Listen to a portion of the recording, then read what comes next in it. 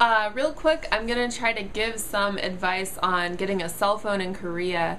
I know it's something I was pretty stressed out about. I talked to a lot of people. I had tons of questions when I first got here because I had no idea what to do.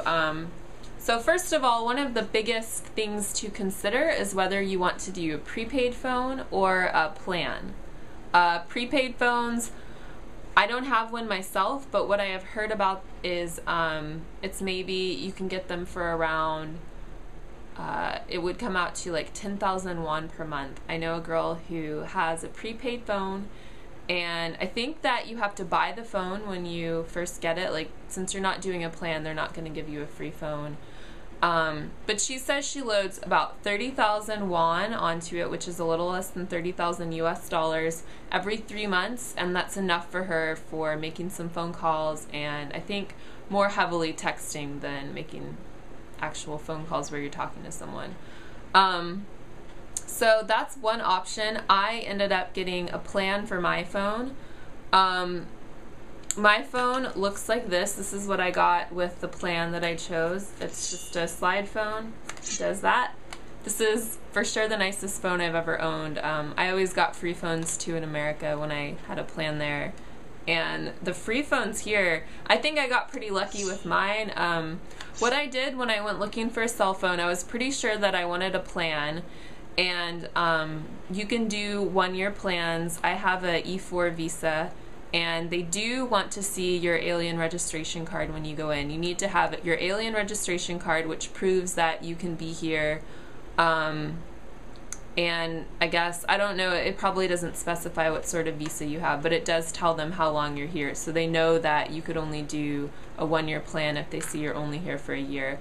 So you need your ARC card, and you also need to have a bank account set up or a Korean credit card. It can't be an American one. So that's what they ask for when you go in. I went with my Korean friend. We went to about 3 different stores just in my neighborhood. It took us about 30 minutes to go in, and we were just comparing what kind of free phones were they giving, what were the startup fees like.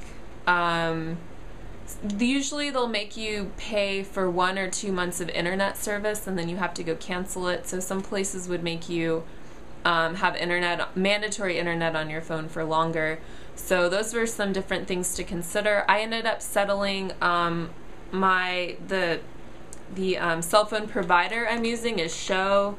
The shop that I went into was QOON, Kuhn Show.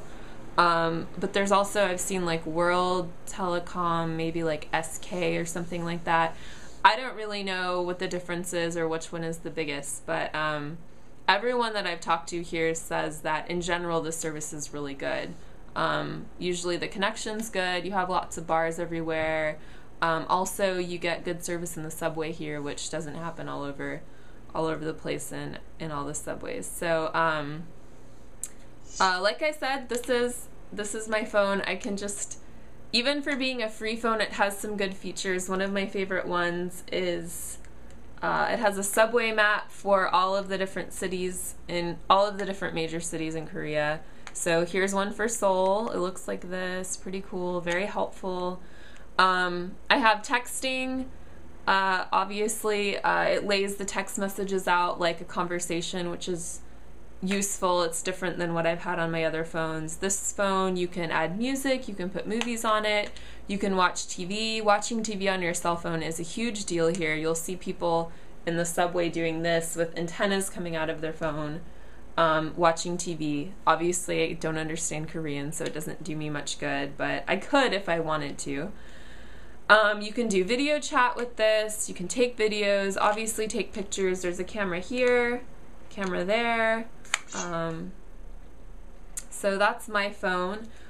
This is an example of a phone someone left in here. I think that this is probably more what you might get if you're doing prepaid. You might have a phone that's a little more simple. This is just an LG Scion. The Scion phones, I see a lot of people with those. The main phone brands here seem to be LG and Samsung, which they make electronics for the whole country. They're the biggest brands here. Sky is what my phone is. I had not heard of it till I came here.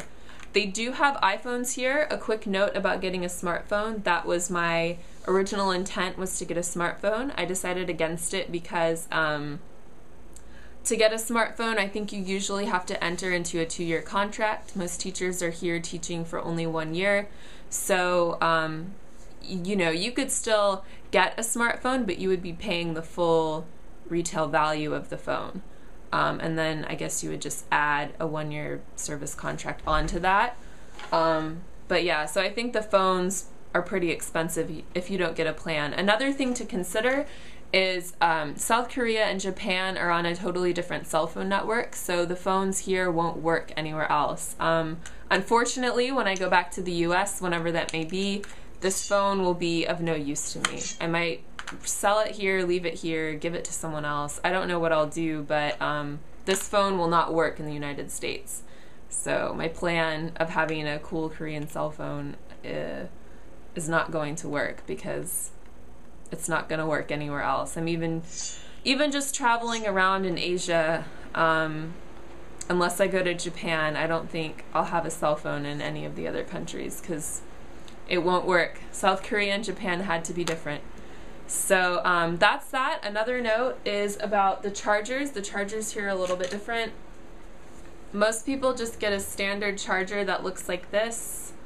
And then what they do is when you get a new phone, they usually don't give you a charger. You might have to pay for one, or I don't know.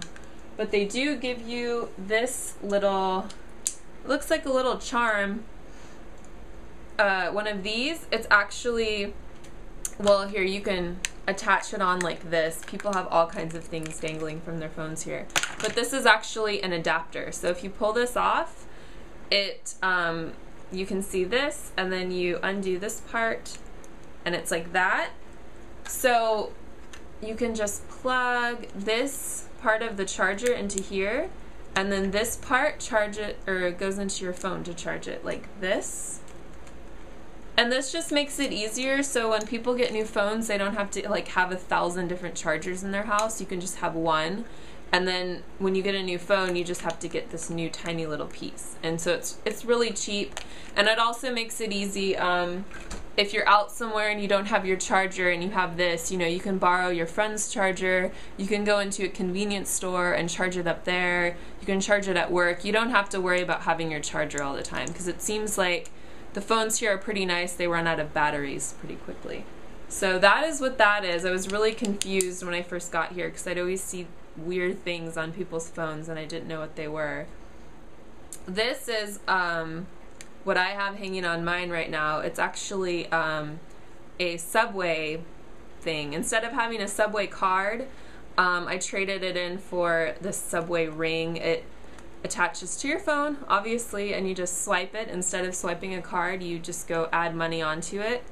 And so, I don't know, I thought it would be easier than, you know, having to pull out a card out of my wallet every time I was gonna swipe in the Subway. So this is my T-Money cell phone charm, and this is my phone again. And if anyone has any other questions about getting a cell phone in Korea, you can always send me a message on YouTube and I'll try my best to answer it. Thank you.